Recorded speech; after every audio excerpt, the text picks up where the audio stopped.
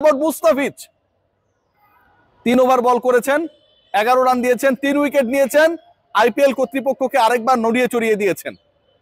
16 তারিখে mini auction, সেই অকশনে মুস্তাফিজ সর্বোচ্চ ভিত্তি মূল্যের যে কজন ক্রিকেটার রয়েছে তাদের একজন, 2 কোটি টাকা। সাকিব আল হাসান 1 কোটি টাকায় সেই নিলামে উঠছেন। মুস্তাফিজ যে এবার দল পাবে, এবং গতবার দল না পাওয়া মুস্তাফিজ পরবর্তী সময় যেভাবে দিল্লিকে সার্ভিস দিয়েছে, ওই দলটা যেমন আফসোস করেছে, আর এবার মুস্তাফিজকে কেনার জন্য যে একটা বড় ধরনের প্রতিদ্বন্দ্বিতা হবে সেটা নিয়ে কোনো ধরনের ডাউট নেই।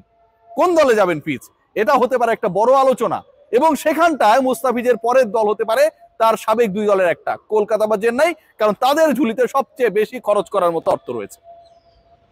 আজকের এই পারফরমেন্স, শরীফুলের 2 উইকেট, মুস্তাফিজের 3 উইকেট, রিশাদের ঝলসে ওঠা, বাংলাদেশের ব্যাটিং ডিপার্টমেন্ট শুরুতে ভালো একটা স্টার্ট করার পর পাওয়ার প্লেটা যখন বাংলাদেশ মোটামুটি কাজে লাগাচ্ছিল মনে হচ্ছিল, সেই 6 ওভারের মধ্যে 2 উইকেট হারিয়ে ফেলা, লিটন কুমার দাস সাহেবকে হারানোর পরে যখন মনে হচ্ছিল যে 65-তে 4টা, 87-তে 6 উইকেট চলে যাবে, সেই জায়গা থেকে আর উইকেট না হারানো, অবিচ্ছিন্ন তৃতীয় উইকেট জুটিতে 73 রানের পার্টনারশিপ করা, অপরাজিত থেকে 4 মেরে দলকে জেতানো, প্রথম 3টা বাউন্ডারি ওভার বাউন্ডারির প্রত্যেকটাই ছক্কা মারা ইমনের দ্বারা, 6 মেরে হাফ সেঞ্চুরি করা তামিমের, সব মিলে বাংলাদেশ দল আজকে যে পারফরমেন্সটা করেছে, হোক সেটা আয়ারল্যান্ডের বিপক্ষে, আজকে হেরে গেলে সিরিজ হেরে যেত, তখন আপনারা আমরা সবাই গালি দিতাম।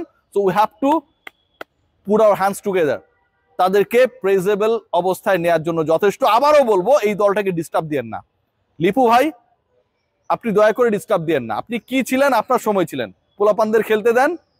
ক্যাপ্টেন আলটিমেটলি ডিসাইড করবে, প্ল্যান করবে, যেহেতু আপনি মাঠেও যান না, খেলাও দেখেন না, মিডিয়ার সামনেও আসেন না, বিপিএল এর অপশনও নাকি আপনাদের কেউ দেখে নাই। সো আপনি দয়া করে এই পোলাপানদেরকে ডিস্টার্ব করেন না।